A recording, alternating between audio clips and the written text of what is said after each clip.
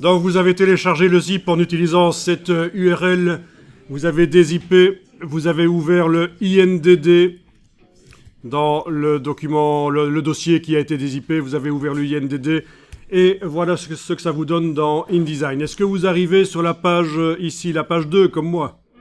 Super, vous voyez qu'on a une lettrine ici.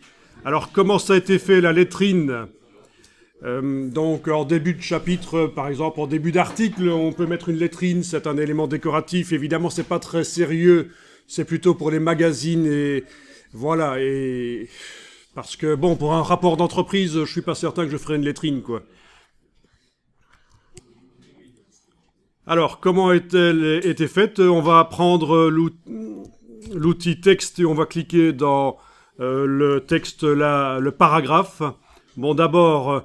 Votre palette des outils, je vous conseille de la mettre en 2 colonnes, vous allez passer en affichage normal, comme ça vous voyez la fin des paragraphes. Affichage normal ici, fin de paragraphe, c'est la balise de fin de paragraphe qui est là.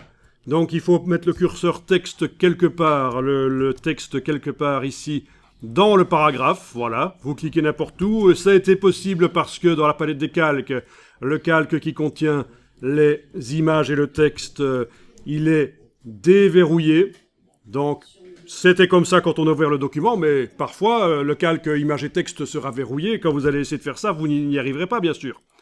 Logique, hein? Voilà. Alors, le curseur texte clignote dans le paragraphe qui nous intéresse. Et pourquoi j'ai mis ça là-dedans? C'est pour voir quel est le style de paragraphe utilisé par ce paragraphe. On va aller dans le menu texte en haut de l'écran. Style de paragraphe.